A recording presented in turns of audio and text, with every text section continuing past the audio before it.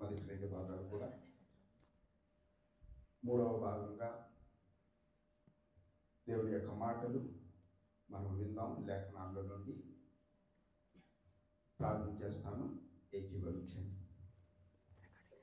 పరలోకమందున మా తండ్రి, మీ పరిశుద్ధమైన నామమునకు వేల స్తుతులు స్తోత్రాలు.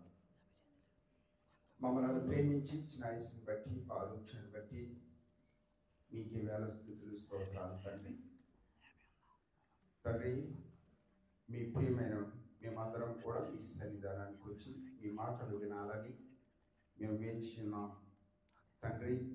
చెప్పుచున్న నాకు తండ్రి సంయోచితమైన జ్ఞానాన్ని నాకు అనుగ్రహించండి తండ్రి. వినుచున్న బిడ్డలకి వినగల చెవిని, గ్రహించగల హృదయాన్ని అనుగ్రహించి తద్వారా మీ యొక్క మాటల ద్వారా మేము మా కుటుంబాలు కూడా ఫలించి మీలో తండ్రి బలపడడానికి అట్టి జ్ఞానాన్ని మాకందరికీ అనుగ్రహించమని ఈ ప్రియకుమారుడు మా రక్షకుడు యేసుక్రీస్తు నామమున ప్రార్థన చేయుచున్నాము మా తండ్రి, ఆమేన్.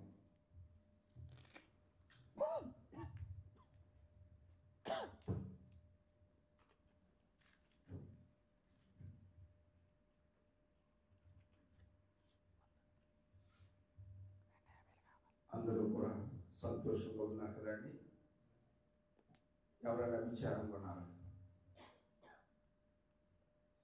అందరూ సంతోషంగా ఉన్నారని అంటే దేవుడి యొక్క మాటలు చెప్పడానికి నేను సిద్ధపడతాను.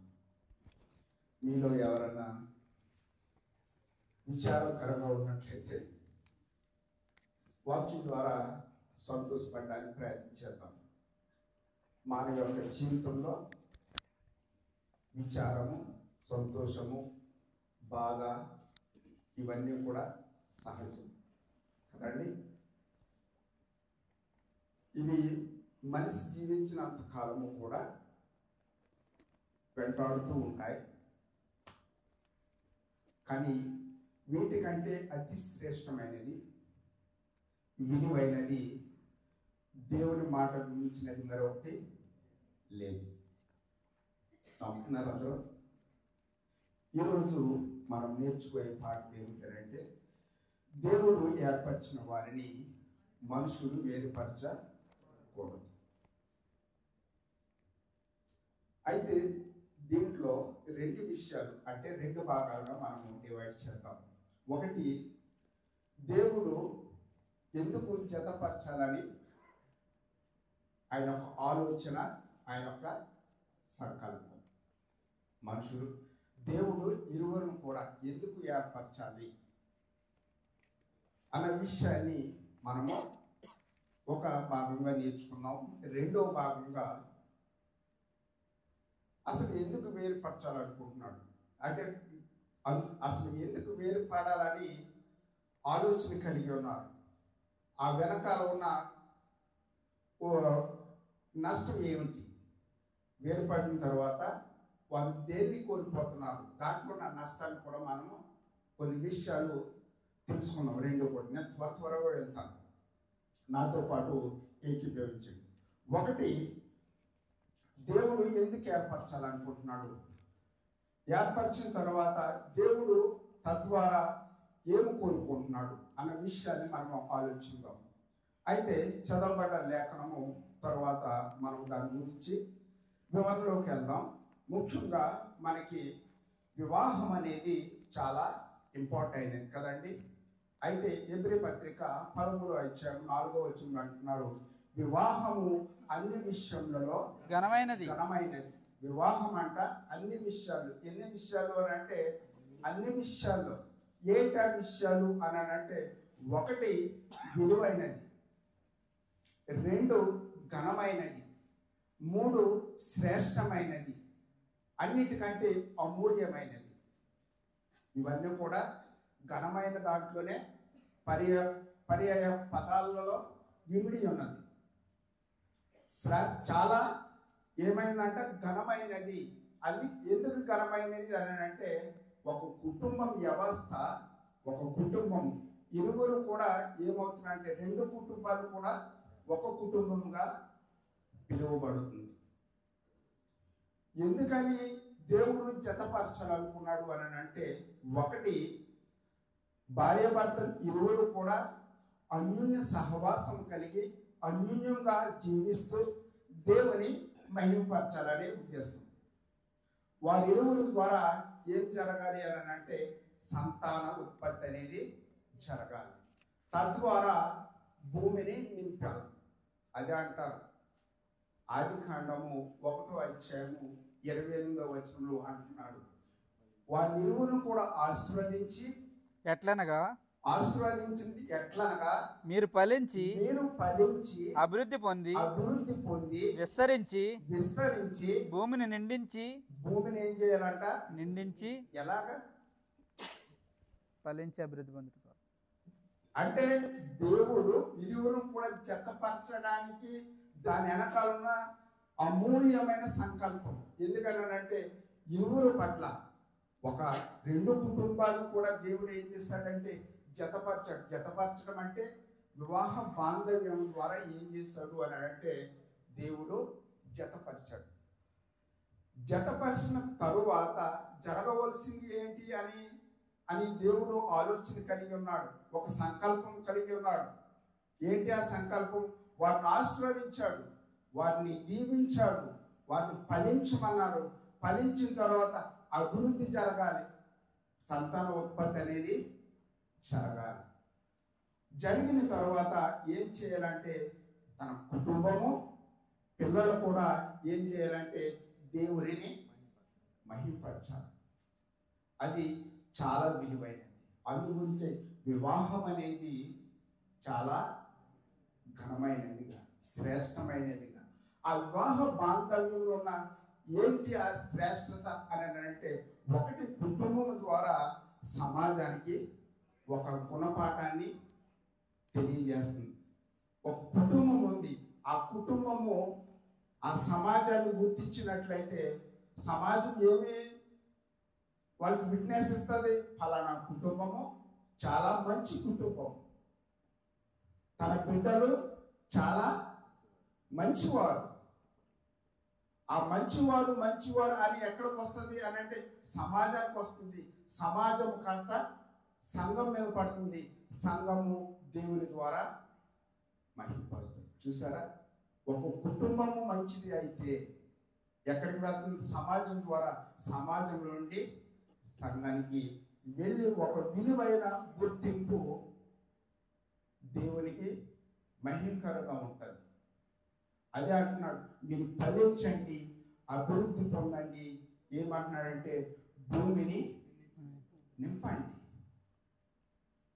ఈ రోజుని వివాహ వ్యవస్థ ఎలా ఉంది అని అంటే చిన్న భిన్నములు అయిపోయే పరిస్థితికి దిగజారిపోయింది.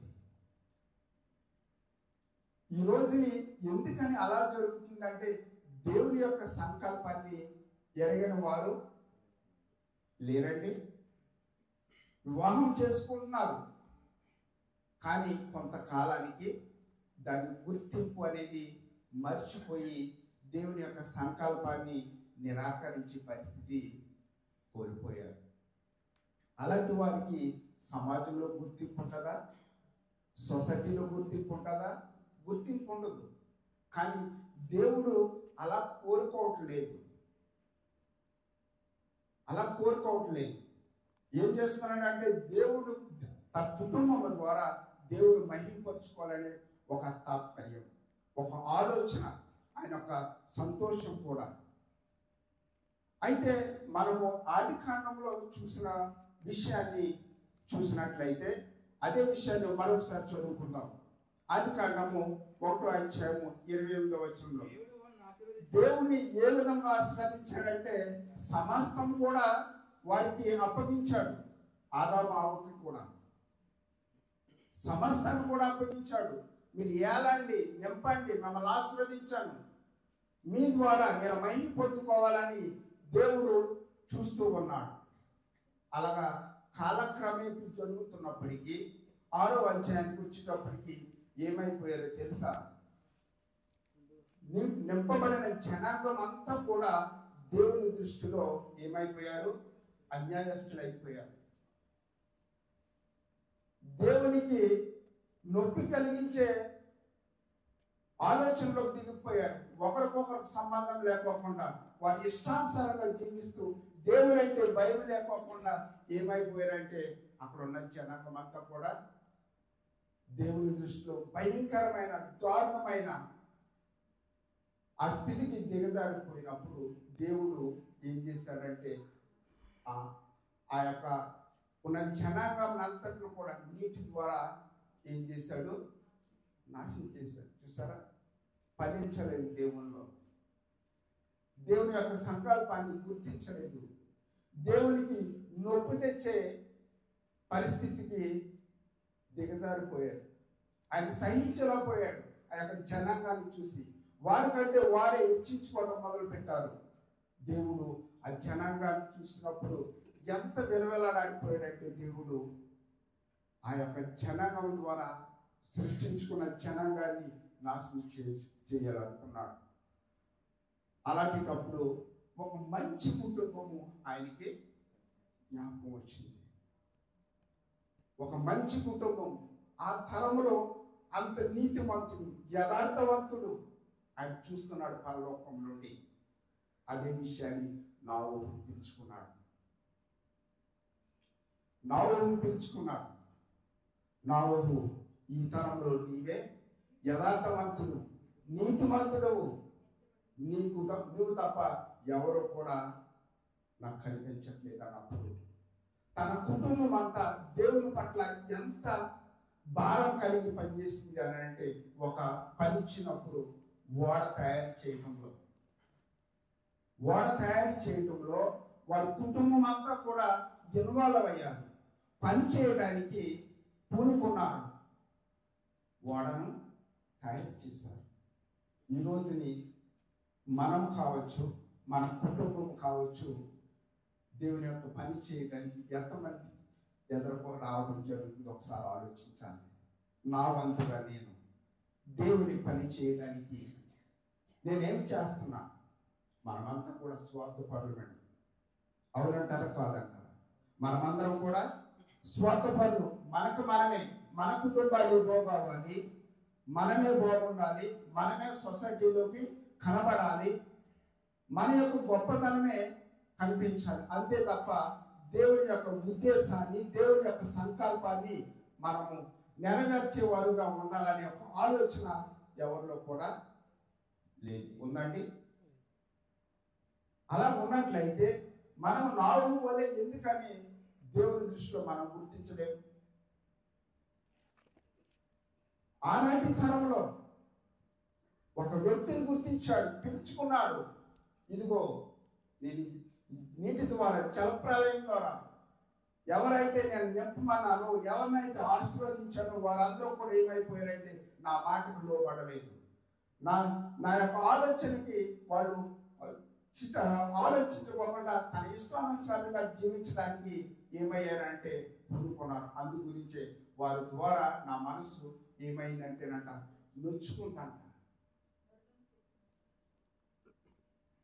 నొచ్చుకున్నాడంట దేవుడు. అంటే అంతగా బాధ పెట్టాడని జనం అంటే అవును అని చెప్పుకోవాలి. అంతగా బాధ పెట్టారంటే అవును. ఈ తరం కూడా అదే విషయంలో నొప్పించే వారుగా ఉన్నాం. మనం సంతోష పెట్టట్లేదు దేవునికి,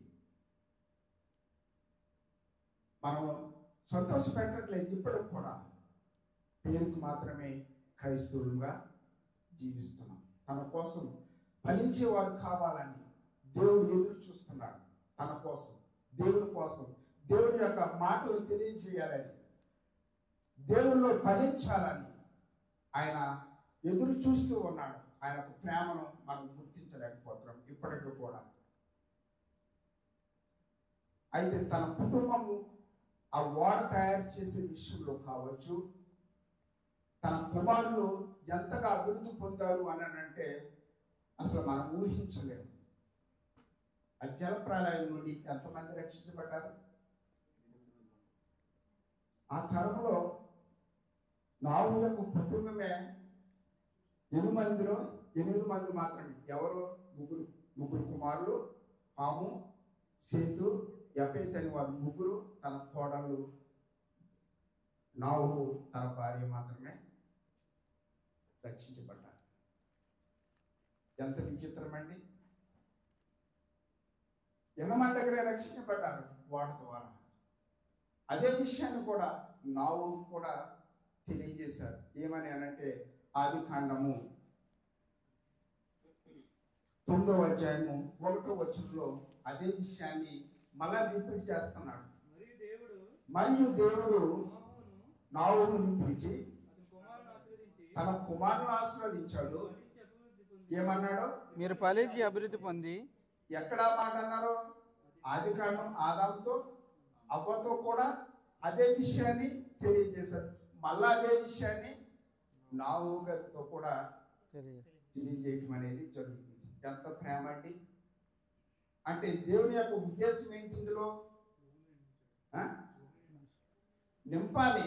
తన కోసం ప్రతి ఒక్క స్త్రీ కావచ్చు, పురుషులు కావచ్చు, కుమారులు కావచ్చు, కుమార్తెలు కావచ్చు, అందరూ కూడా ఏం చేయాలి అని అంటే తన కోసం బ్రతకాలి, తన కోసం ఫలించాలి, తన కోసమే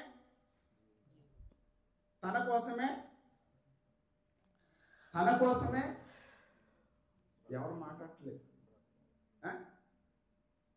ఎవరు నా మాట్లాడట్లేదండి. తన కోసమే. నేను ఒక విషయాన్ని జ్ఞాపకం చేస్తాను. కృష్ణ గారు కూడా, రామకృష్ణ గారు ఎప్పుడు కూడా దేవుని యొక్క పని గురించే ఆయన ఒక ఆలోచన. కళ్ళు మూస్తే ఆయన కోసమే, కళ్ళు తెలిస్తే ఆయన కోసమే. మేము ఆశ్చర్యపోతామండి. ఎందుకనంటే దేవుని పని మీకు తరగతులు కూడా నేర్పడానికి కూడా కారణము కృష్ణ గారు ఇచ్చిన ఆలోచనే. ఆయన సెల్యూట్ కొట్టాలి. ఎందుకనంటే దేవుడు తన పట్ల మనకి ఒక గుణపాఠాన్ని నేర్పుతున్నాడు. ఈ రోజుని ఈ విధంగా సహవాసంగా కూడుకోవడానికి కూడా కారణం ఆయన ఇచ్చిన సలహా. అండి. నేను గర్వంగా చెప్తున్నాను ఇక్కడి నుంచి.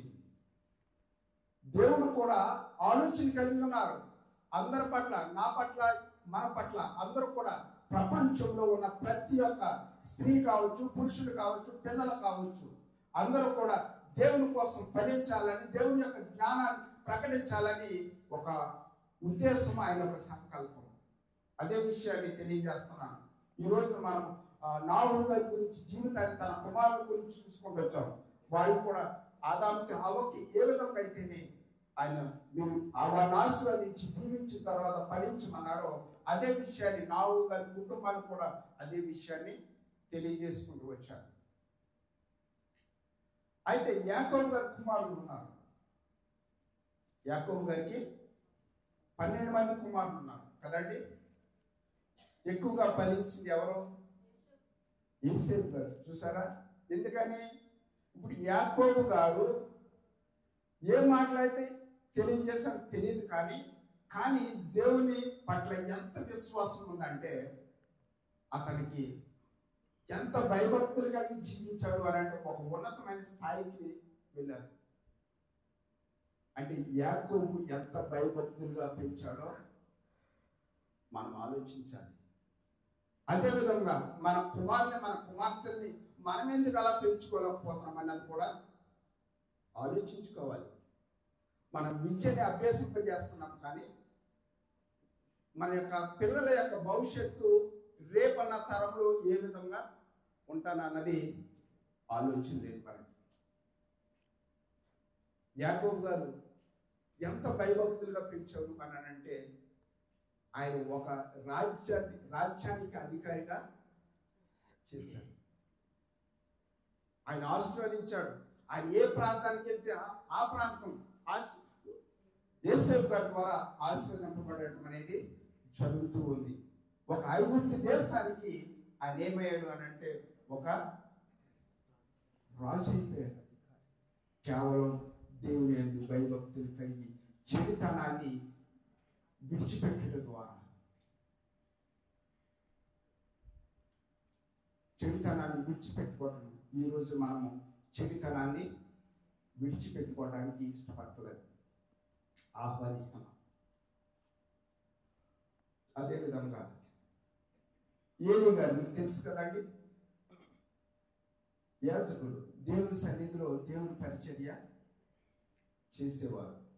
నేను రెండు వ్యత్యాసం నేను ఎందుకు చూపిస్తున్నానంటే, ఈ రోజుని దేవుళ్ళు ఎందుకు ఫలించలేకపోతున్నాము అనే దానికి ఒక ఉద్దేశాన్ని మీకు తెలియజేయాలి. ఏలీ గారు మీకు తెలుసు కదా, బైబిల్లో ఉన్న ఏలీ గారు, లోకంలో ఉన్న ఏలీ గారు కాదు. ఏలీ గారి కుమారులు ఏం చేశారు?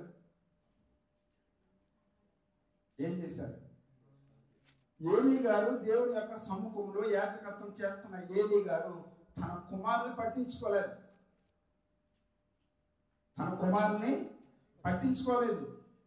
కుమారులు అంట దేవుని ఎరుగని వారైపోయారంట.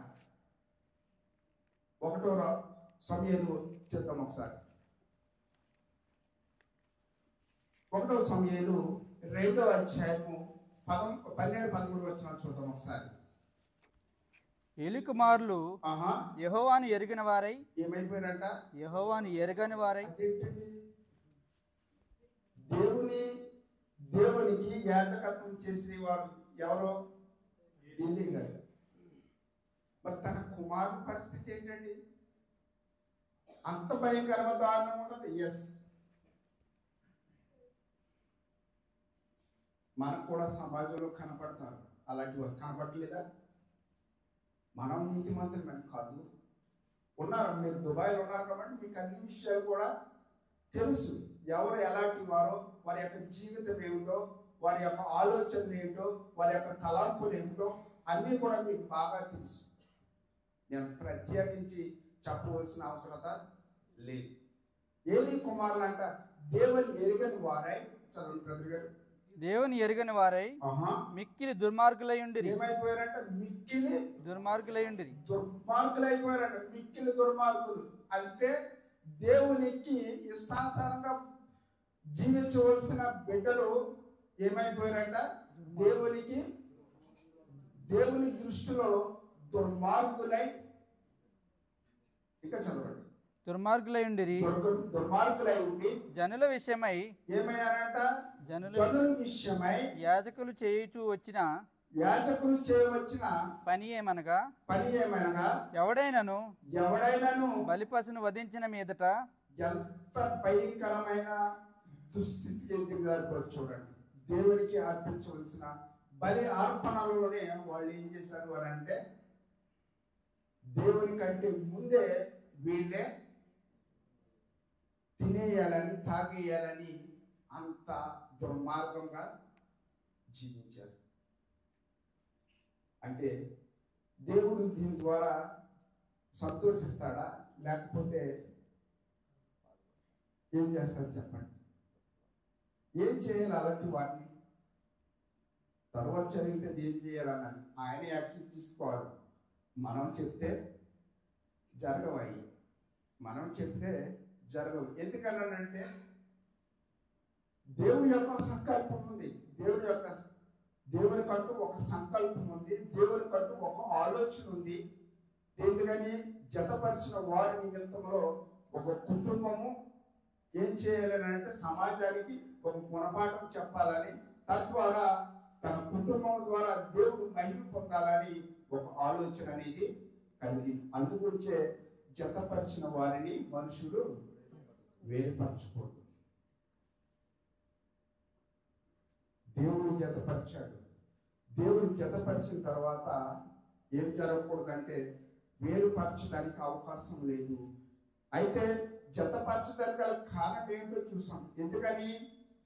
దేవుడి ద్వారా ఇరువురి ద్వారా పిల్లలు కలగాలి, వారి ద్వారా దేవుడు మహిమ పొందాలనే ఉద్దేశం.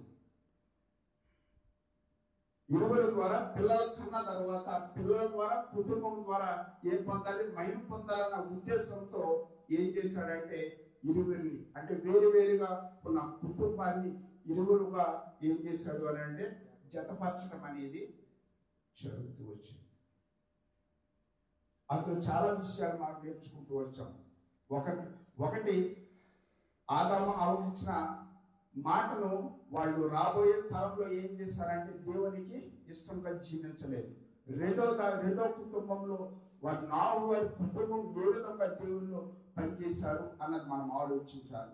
అదే విధంగా పిల్లలు ఏ విధంగా అయితే యాకోబు గారి కుమారుడు యోసేపు గారు దేవుని విశ్వాసించడం ద్వారా, దేవుని అందు భయభక్తులు కలిగి ఉండటం ద్వారా ఆయన యొక్క ఉన్నతమైన స్థాయికి వెళ్ళాడు. అదే విధంగా ఏమి కుమారులు దేవుని ఎరిగిన వారు ఏం కోల్పోయారో మనం ఆలోచించినట్లయితే, రెండు విషయాలకి వ్యత్యాసం చూసినట్లయితే మనకు చాలా విషయాలు కనబడతాయి. అదే విధంగా మన జీవితంలో ఏం కోల్పోతున్నామో కూడా బాగా అర్థమవుతుంది. పాఠంలో పోతాం.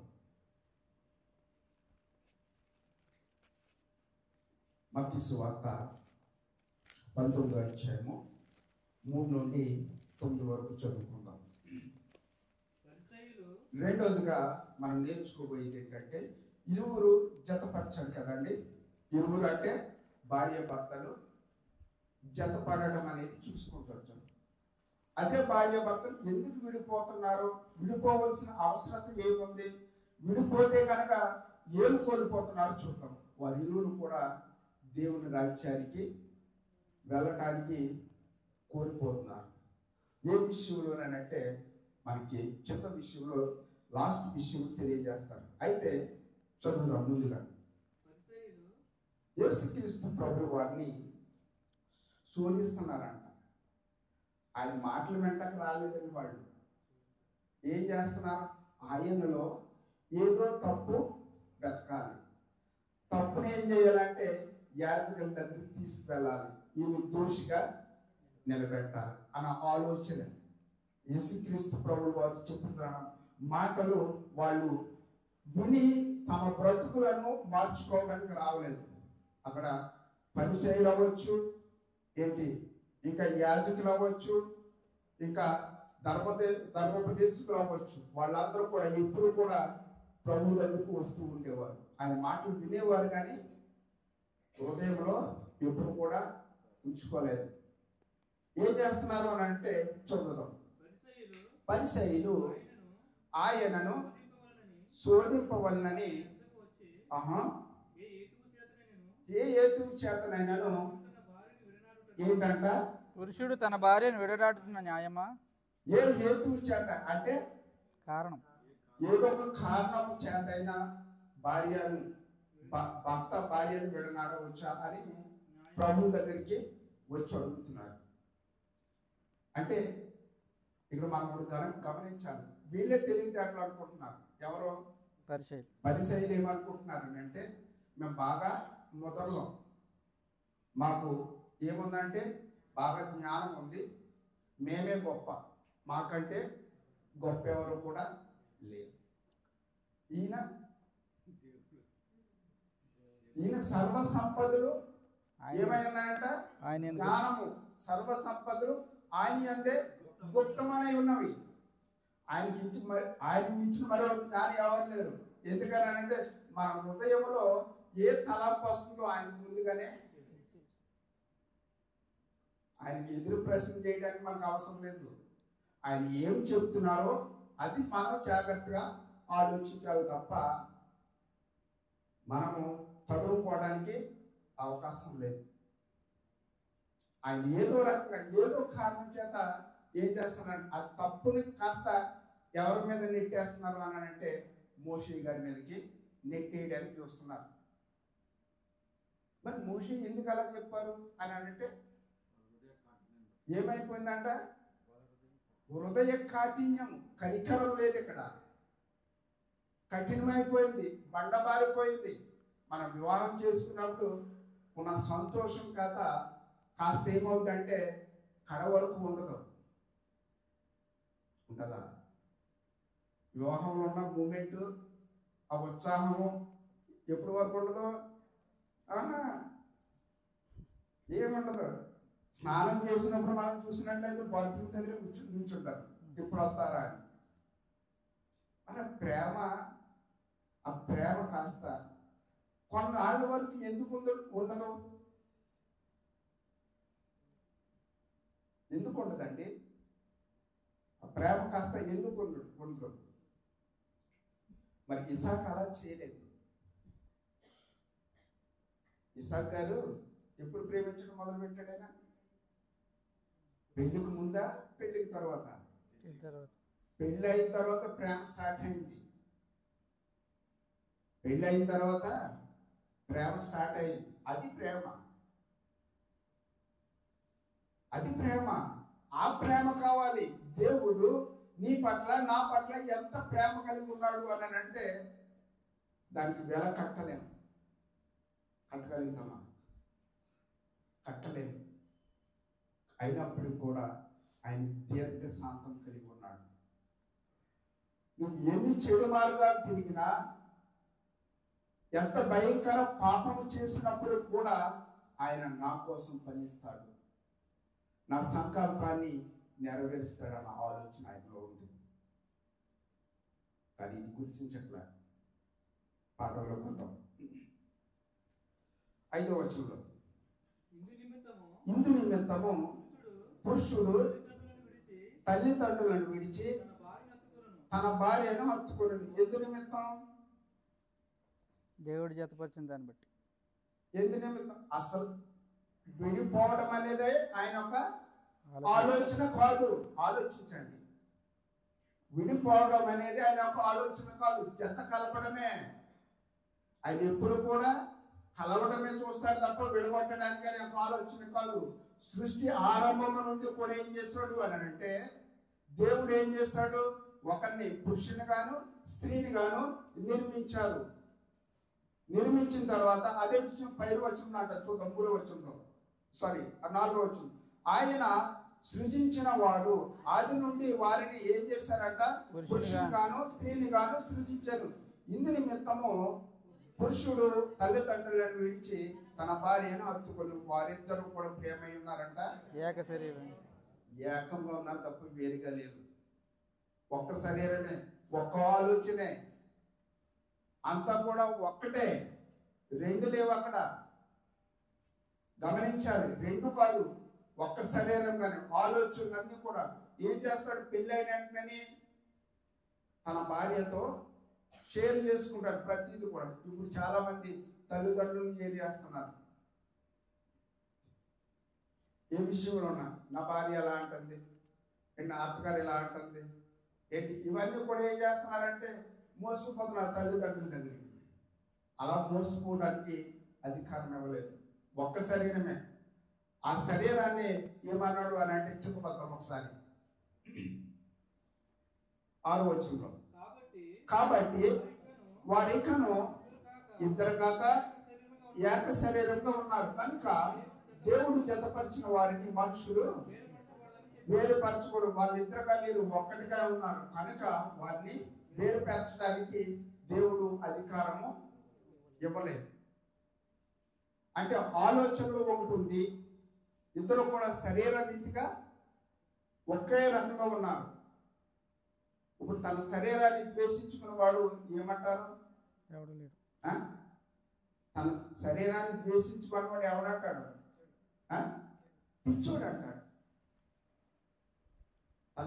ఇప్పుడు నా శరీరాన్ని నేను కొట్టుకుంటే ఏమంటాను? నేను నన్ను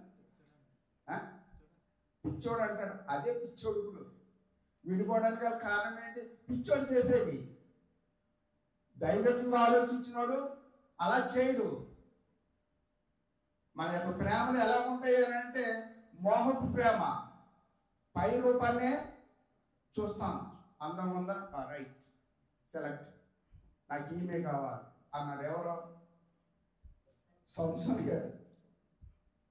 సంసోన్ గారు అన్నాడు నాకు కామె కావాలి. అది తల్లిదండ్రులు ఒరే నువ్వు అలాగే వెళ్ళకున్నా అంటే లేదు, నాకు ఆమె ఏం నచ్చిందంటే ఆమె స్వరూపం నచ్చింది.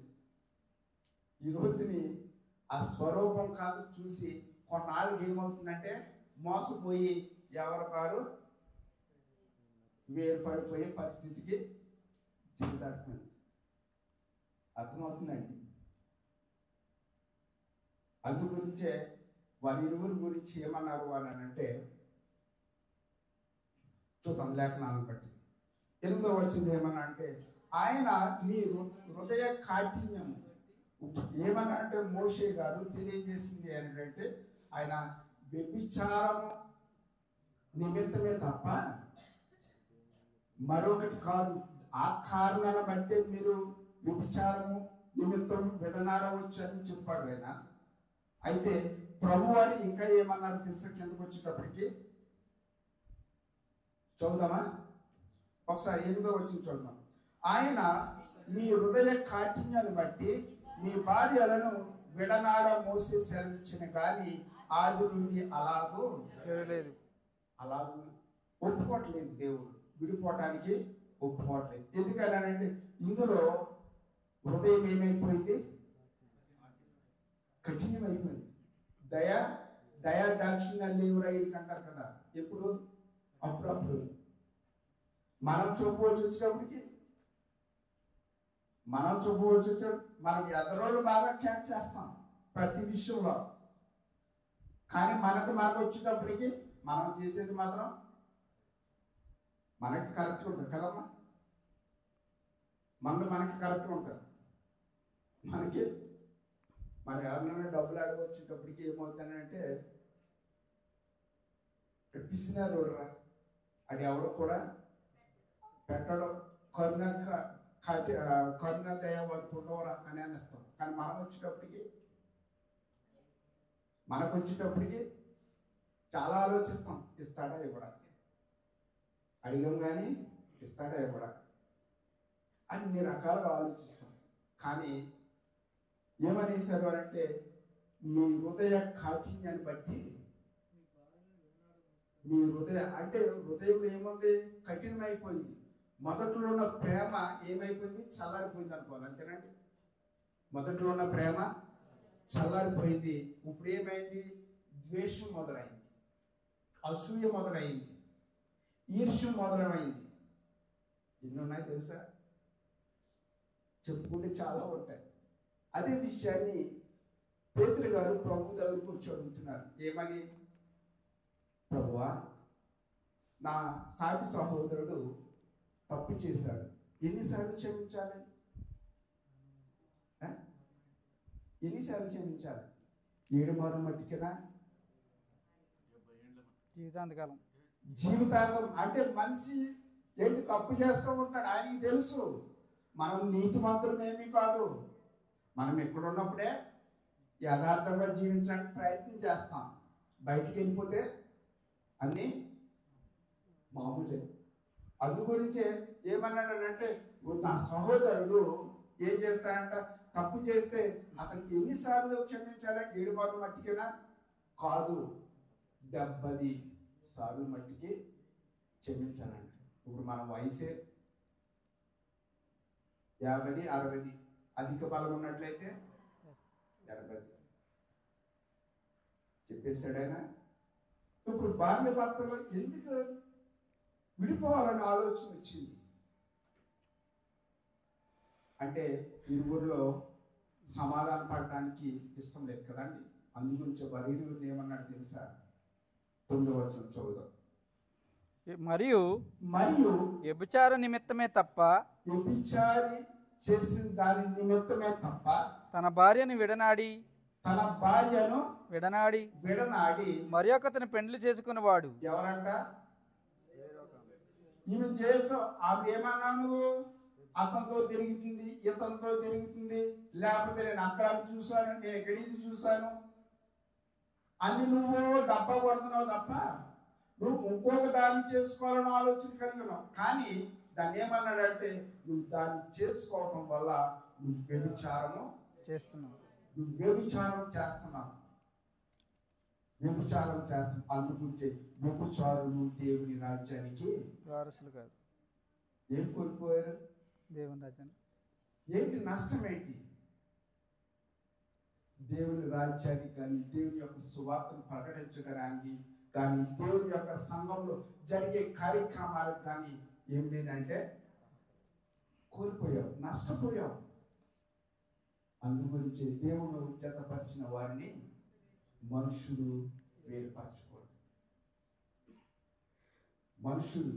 దేవుడు జతపరిచిన వారిని మనుషులు వేరుపరచకూడదు. ఈరోజు డబ్బులు ఇచ్చి మరి కోర్టులకు వెళ్ళి ఏం చేస్తున్నారంటే ఆ? ఏం చేస్తున్నారు? విడాకులు ఇస్తున్నారు. ఇప్పుడు కోర్టు నుండి ఒక లాట్ ఆర్డర్ పంపుతున్నారు. నువ్వు దాన్ని రిసీవ్ చేసుకుని వచ్చి ఇన్వాల్వ్ అయితే వాళ్ళు ఏం చేస్తున్నారంటే నీ వాట ఎంత, నా వాట ఎంత, నీది ఇది నాది అది సెట్. కానీ గ్రంథం ఏం చెప్తుంది? గ్రంథం ఏం చెప్తుంది? విడిపోవడానికి అవకాశం లేదు, సమాధానం పడ్డాను. అలాగా దేవుడు కనుక ఒక్కసారి తన మనసులో ఈమె నా కొద్దు, ఈ పురుషుడు నా కొద్దు అని అంటే క్షణాల్లో తీసేయగలరు భూమి నుండి. ఎందుకని అంటే భూమి కేవలం నీ కొరకు నా కొరకే, నీ కొరకు నా కొరకు మాత్రమే సృష్టించబడినది. ఈ భూమిలో ఉన్న సమస్తాన్ని కూడా నీ కొరకు నా కొరకే ఉంచాడు పొందటానికి. అందుగురించే ఈ యొక్క సృష్టి యావత్తు కూడా ఏం చేస్తుందని అంటే నీ కొరకు నా కొరకు ఎదురు చూస్తూ ఉంది. తన కోసం బ్రతకాలని, తన కోసం జీవించాలని, తన యొక్క మాటలు సృష్టి అంతటి కూడా భూదిగంతాల వరకు కూడా వెళ్ళాలని ఆయన యొక్క ఆలోచన. ఆయన యొక్క ఆలోచన అంతే తప్ప నిన్ను నన్ను స్వార్థం కోసం నిర్మించుకోలేదు. ఆయన తన కోసం జీవించాలని అదే అంటున్నాడు ఆయన. అయితే మనం ప్రమాదం తీసుకుంటాం ఎప్పటి వరకు? మరణము మనలను మరణం మనల్ని వెడబాపు వరకు కూడా ఏం చేస్తాము అని అంటే ప్రమాణం చేస్తాం. మరి ఆ ప్రమాణం ఎక్కడికి వెళ్ళిపోతుంది? ఎక్కడికి వెళ్ళిపోతుంది? ఎందుకు మీరు వేరువేరుగా జీవించాలని ఆలోచన కలిగి ఉంటున్నారు? సమాజానికి మనము తెలియచేయాలి. దేవుని యొక్క సత్యం ద్వారా దేవుడు ఈ విధంగా మాట్లాడుతున్నాడు. మరొకసారి ఇటువంటి ఆలోచనలు అనేది రాకూడదు. ఇక్కడ చాలా మంది వివాహం చేసుకోవడానికి సిద్ధంగా ఉన్నారు. వారి గురించి తెలియజేస్తున్నాను నేను. వివాహం చేసుకోవడానికి చాలా మంది సిద్ధంగా ఉన్నారు కనుక వారికి ఇలాంటి ఆలోచన అనేది రాకూడదని నేను విషయాన్ని మీకు తెలియజేస్తున్నాను తప్ప నేను ఎవరినో నొప్పించాలని, ఎవరినో బాధ పెట్టాలని ఈ విషయాన్ని నేను తెలియజేయట్లేదు. ఎందుకనంటే నీ పట్ల నా పట్ల దేవుడు అంత ప్రణాళిక కలిగి ఉన్నాడు. ఆయన యొక్క సంకల్పం అది. ఈవెన్ ఈ రోజుని మనము చాలా మంది కూడా పిల్లలు బాప్తిసం తీసుకుంటున్నారు, కానీ అవి చల్లవు. ఎందుకనంటే దేవుడు మనల్ని ప్రేమించాడు, తన కుమారుడిని మనకి త్యాగం చేశాడు. దేవుడు ఆయన యొక్క ప్రేమను మనం గుర్తించినట్లయితే అదే ప్రేమను తన కుమారుడు మనకి తెలియజేసుకుంటున్నాడు. అందుగురించి మనము మన పాపముల నిమిత్తం చచ్చిన వారు ఉండగా క్రీస్తు మన కొరకు ఏం చేశాడు? మన పాపముల నిమిత్తం అందరూ కూడా పాపం చేసిన వారు, అందరూ కూడా దేవుని యొద్దకు వచ్చి సమాధానం పడినట్లయితే దేవుడు క్షమించగల శక్తిమంతుడు, సామర్థ్యుడు. అందుగురించే అయితే ఈ విషయంలోనే మనకు కనబడినది ఏంటి అని అంటే ఒకవేళ విడనాడిన దానిని ఒకవేళ ఇంకొక ఆయన పెళ్లి చేసుకున్నట్లయితే కనుక అతను కూడా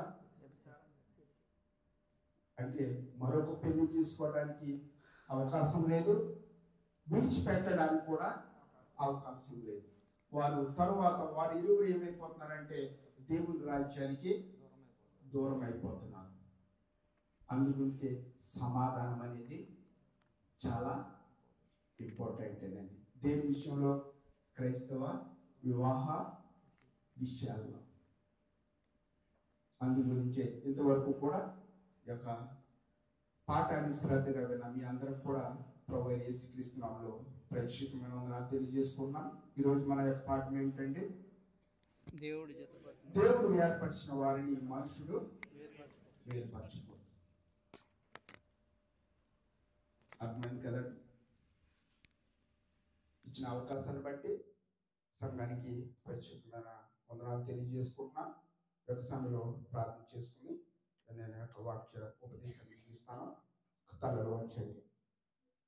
పరలోకమందున మా తండ్రి, మీ పరిశుద్ధమైన గర్భం బట్టి స్తుతులు స్తోత్రాలు.